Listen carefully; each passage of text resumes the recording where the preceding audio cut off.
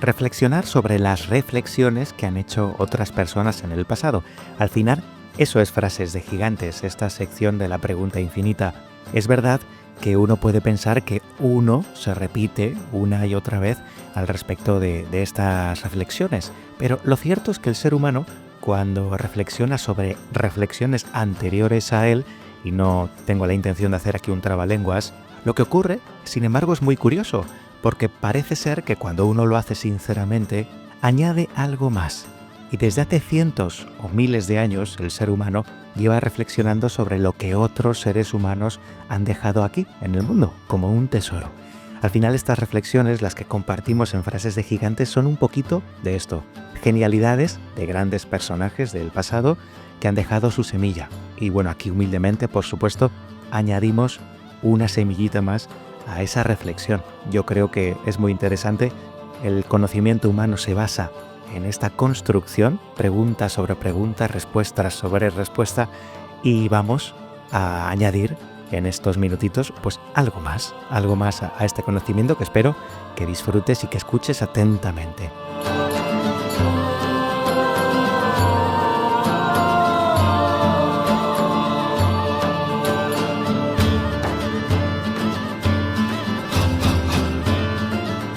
Empezamos con una reflexión de Blaise Pascal, el famoso filósofo del siglo pasado, que además, por cierto, es muy famosa, muy reconocida. Aquí va. El corazón tiene razones que la razón no entiende. Pascal fue un genio muy precoz. A los 16 años ya había formulado teoremas que hoy llevan su nombre, casi nada. Sin embargo, su mente racional no le impidió intuir la profundidad del misterio humano. Esta frase, que aparece en sus pensamientos, una obra inacabada escrita en medio de crisis místicas, de pérdidas, de enfermedades, vamos, todo un drama, no es una renuncia al pensamiento, sino una reivindicación de otra forma de conocimiento, que es desde el amor. Pascal no niega la razón, pero la coloca en su debido sitio. Sabía que la verdad última no se atrapa con fórmulas, sino que se roza con las lágrimas del sentimiento. Lo curioso es que llevaba siempre en su abrigo un pergamino cosido al forro, donde había escrito su experiencia mística del 23 de noviembre de 1654, que la tituló simplemente Memorial. Y ya hemos hablado en la pregunta infinita sobre esta experiencia en algún momento. Quizá, desde entonces, supo que hay razones que no se entienden, que solo arden. Vamos ahora con una reflexión de un filósofo más contemporáneo que Pascal, pero que también lamentablemente ya no está con nosotros. Él es Raymond Panikkar y dice lo siguiente: la filosofía es para mí sabiduría del amor, más que amor a la sabiduría, una clase especialísima de amor. Es la sofía yógica, contenida en el amor primordial, y la sabiduría emerge cuando el amor del conocimiento y el conocimiento del amor se unen. Aquí Panikkar fue químico, sacerdote, filósofo, un viajero. Fue, la verdad es que una persona total, integral. Hijo de madre catalana y padre hindú, encarnaba en su propia sangre el diálogo entre Oriente y Occidente. Su visión de la filosofía no era académica, sino experimental, vivencial. Por eso, en su vida quizá hay aparentes contradicciones, idas y venidas, que se resuelven entendiendo que un ser humano tiene que experimentar lo que piensa y pensar lo que experimenta, que esto no va solo de libros. Para él, conocer era amar, y amar, conocer. En su forma de hablar, de escribir, de estar, se sentía esa sabiduría del amor y la experiencia que brota cuando el pensamiento se hace, pues eso, se hace corazón. Lo curioso es que dejó escrito que nunca quiso fundar una escuela ni linaje, solo abrir puertas y que cada uno mirara por ellas. Panikkar afirmaba que había aprendido más de los silencios compartidos con campesinos en Benares que de muchas aulas universitarias. Fíjate que esto lo entiendo muy bien. Para él, la verdadera sabiduría no se enseña, se contagia. De alguna manera, solo se puede aprender con el ejemplo.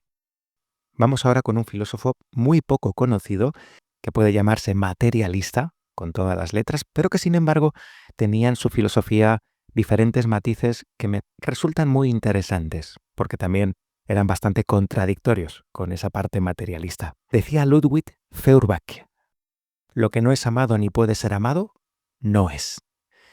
Feuerbach fue un pensador incómodo en su época, precursor del pensamiento materialista, pero profundamente, sin embargo, ya veis, marcado por la religiosidad.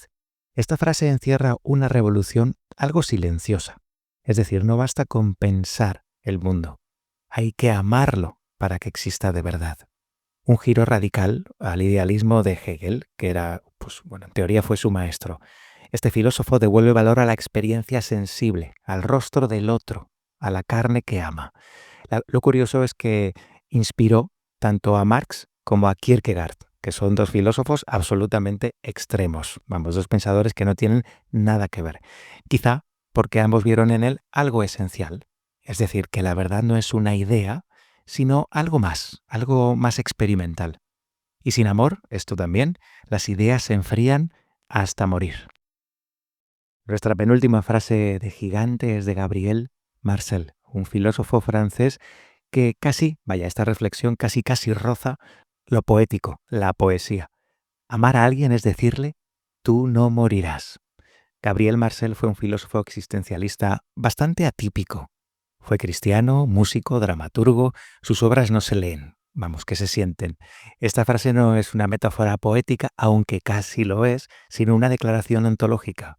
El amor crea una permanencia, una promesa silenciosa de que el ser amado no caerá jamás en el olvido. Para Marcel, la presencia amorosa no es solo consuelo, es afirmación de eternidad. Curiosamente, compuso obras musicales y diarios íntimos en los que mostraba cómo el pensamiento nace del asombro ante la vida cotidiana, no de los sistemas abstractos, ¿vale? Sino de la realidad, de la vivencia. En tiempos donde todo caduca, su afirmación es un susurro firme. Quien ha sido amado nunca desaparece del todo.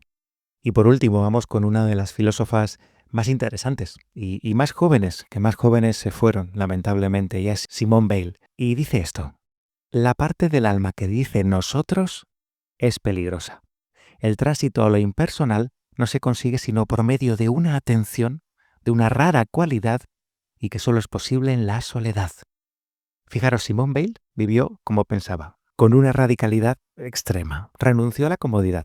Trabajó en fábricas para entender el sufrimiento del obrero. Estuvo en la guerra civil. Rechazó bautizarse a pesar de que al final de sus días murió cristiana.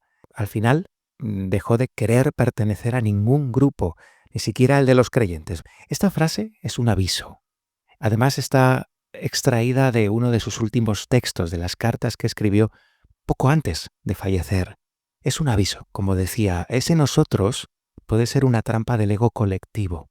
Y además me resulta especialmente valioso en Simone Weil, que fue al principio de sus días filosóficos una defensora del grupo, del nosotros. Acabó sus días destruyéndolo absolutamente. Está casi en contraposición esta Simone Weil con la primera. Y en realidad es coherente, sin embargo, con sus pensamientos y filosofía, porque defiende lo humano. No le veo yo una contradicción, porque el fin último de ambos caminos es el mismo.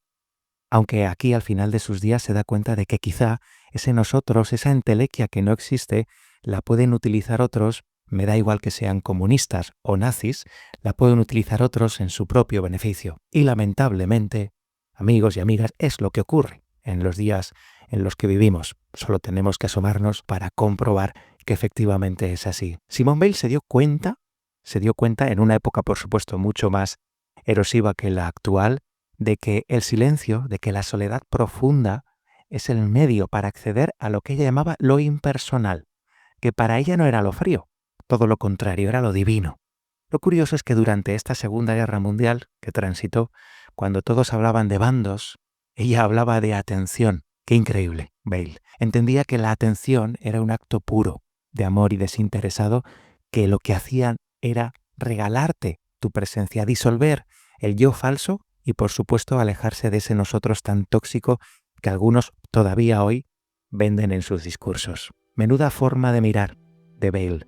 Hasta que ese yo que no somos nosotros, hasta que ese nosotros que no somos nosotros desaparece, no hay nada que hacer. Está todo perdido.